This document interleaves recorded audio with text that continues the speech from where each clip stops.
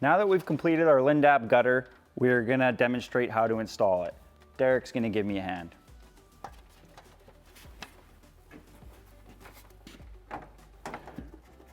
We're now gonna have to slope the gutter towards the outlet to accommodate for water drainage.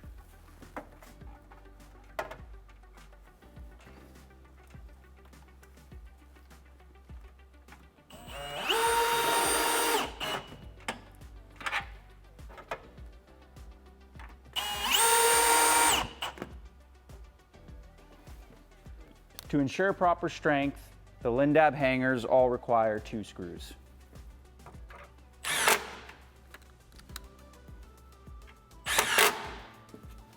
We're now going to move on to installing the counter flashing. We're now going to make a notch to accommodate for the end cap.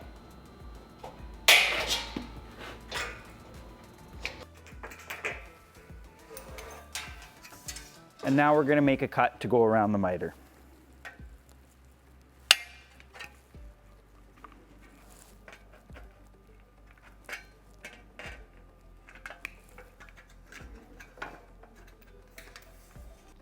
Now that we've made our flashing and pre-drilled it, I'm going to install it beneath the existing roof flashing.